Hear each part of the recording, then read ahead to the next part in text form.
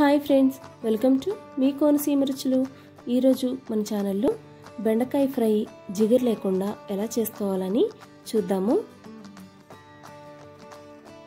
ఈ బెండకాయ ఫ్రై ఏదైనా సాంబార్ చేసుకున్నప్పుడు అలా మనకి సైడ్ డిష్గా కూడా చాలా బాగుంటుంది, చాలా టేస్టీగా కూడా ఉంటుంది. ఇది ఎలా తయారు చేసుకోవాలో చూద్దామండి.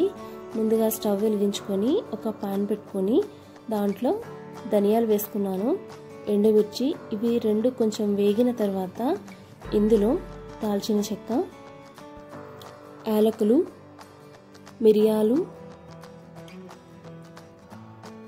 లవంగాలు కూడా వేసుకొని వేగించుకోవాలి. తర్వాత వేరుశనగ గుళ్ళు వేసుకోవాలండి. నేను వేరుశనగ గుళ్ళు తెచ్చినప్పుడే వేగించి పెట్టుకుంటాను, అవి పుచ్చకుండా ఉంటాయని.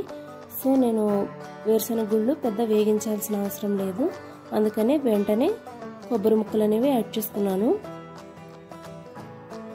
ఇవన్నీ కూడా మెత్తగా పౌడర్ లాగా చేసి పెట్టుకోవాలండి.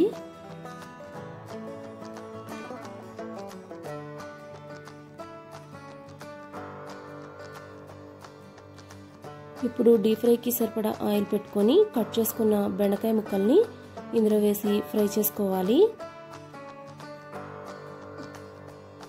ఈ గోల్డెన్ కలర్ వచ్చేంత వరకు వేగించుకున్న తర్వాత ఒక ప్లేట్లోకి తీసేసుకోండి. ఇప్పుడు చూసారా బెండకాయ ముక్కలు ఎలా వేగిపోయాయో.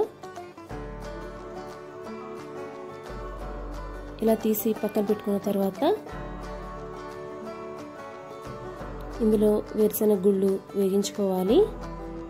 ఇవి పచ్చివి తీసుకున్నాను. ఇలా వేగిన తర్వాత ఇందులో కొద్దిగా జీడిపప్పును కూడా యాడ్ చేసుకోవాలి.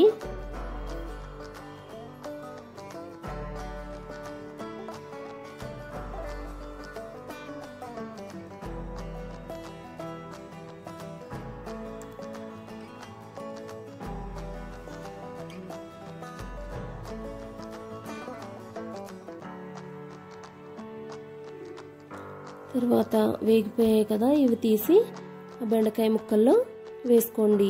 తర్వాత కరివేపాకును కూడా వేగించుకొని, ఈ కరివేపాకు కూడా వేగిపోయిన తర్వాత ఆ బెండకాయ ముక్కల్లోకి వేసేసుకోవాలి. తర్వాత ఇంతకుముందు మనం ధనియాలు, కొబ్బరి ఇవన్నీ కూడా పౌడర్ చేసి పెట్టుకున్నాం కదా, ఆ పౌడర్ని ఒక ప్లేట్లోకి తీసుకొని దాంట్లో సాల్ట్ యాడ్ చేసుకుని బాగా మిక్స్ చేసుకోవాలండి. ఇలా మిక్స్ చేసుకున్న పౌడర్ని ఈ బెండకాయ ముక్కలు వేగించుకున్న ప్లేట్లోకి కొంచెం కొంచెంగా వేసుకుంటూ బాగా మిక్స్ చేసుకోండి.